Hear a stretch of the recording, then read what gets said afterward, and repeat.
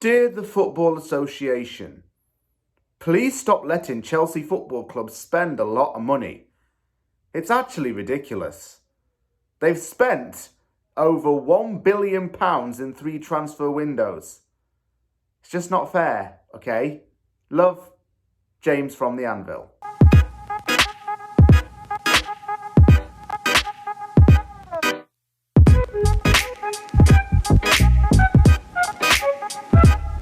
It's preview time, and West Ham's got its first home game of the season up against Chelsea, who's under new management with Mauricio Pochettino back in the Premier League, this time in the West End of London.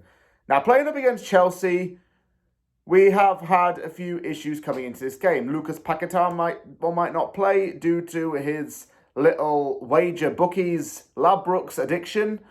And also Chelsea's got a bit of an issue, you see, because new signing Christopher Nkunku is already out with injury. So signing him has come at a bit of a bad time.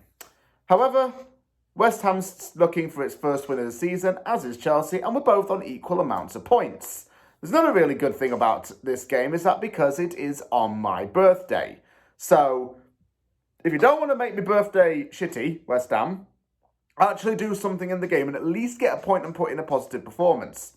For West Ham, I want us to actually not make my 26th birthday a mudded occasion. And I think that just adds a lot more pressure. Don't ruin it for me on the one day a year where I can actually celebrate something that's to do with me. Capiche? When we talk about Chelsea in this day and age, we have to focus on what Todd Boehly has done with this club. After Abramovich's bank accounts turned into Elsa and Olaf and got frozen, he had to put the club for sale, and in came Todd Boehly, a massive American multi-billionaire who has literally shoved money up Chelsea's arse. Twice, Chelsea has broken the Premier League spending record, signing Edson Fernandez and within the last few days signing Moises Caicedo. Fernandez may be a justified signing because he will actually come good this season. But Caicedo, he's made like 40 appearances for Brighton. But they've done really well of Brighton to get that kind of money out for him and make at least, 10 or 11 times what they bought him for? It's crazy. But it's good for them. But not for Chelsea. Someone just needs to stop Chelsea. Take Boehly's credit cards off him. Take his bank account information off him. Freeze his bank accounts. Do something. Because it's just setting the example that money can buy you all the success. I told my brother this recently. And I said to him that I think it's a bit ridiculous how Chelsea signed all of these players and was still really poor. Maybe that was because of last season's massive managerial merry-go-round. I know a few bad things happened. They want to forget last season, and I get that. It was an absolute write-off. It was the worst in several years.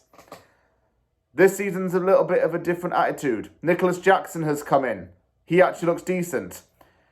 Disasi's come in. He scored in his debut. Robert Sanchez has come in as a goalkeeper option. Caicedo and Lavia also in with Fernandez. It's not a bad midfield trio, that, in all honesty. I could get behind it.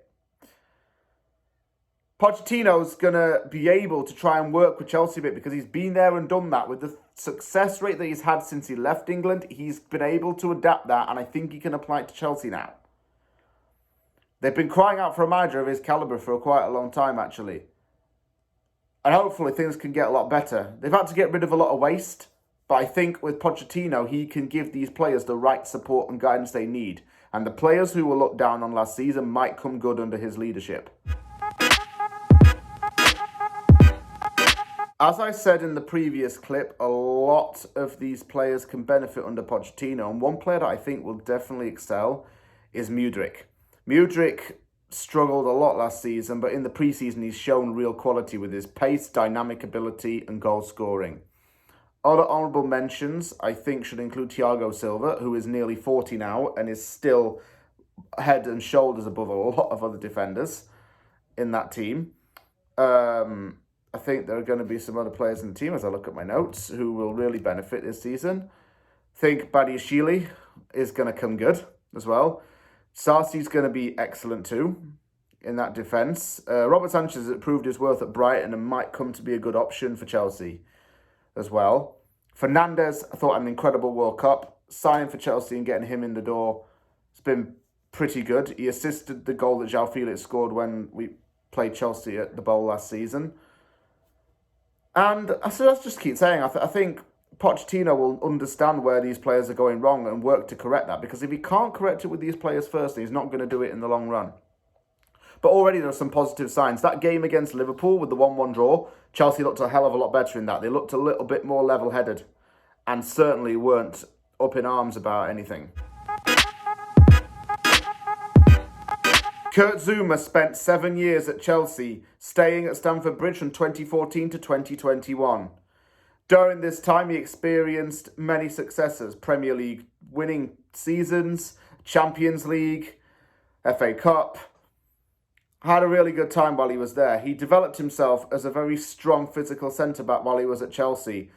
And in 2021, he decided that it was time to move on and leave a club that he called home for several years. Wasn't a bad move, though, because he was able to stay in London and swap West for East, signing for West Ham for a fee of around £30 million and becoming an instant starter in David Moyes' defence. Zouma has had a few controversies off the pitch involving a feline friend, but other than that, he's been a good defender for West Ham, and he also did play for Chelsea and West Ham, hence why it's in this section.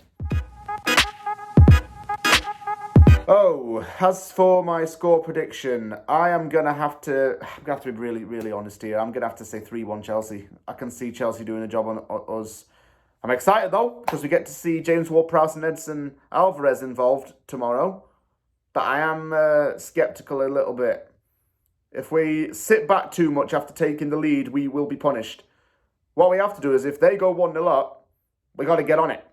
We got to stop them and then look for the openings. And that's the only way I think we're going to be able to get around teams this season.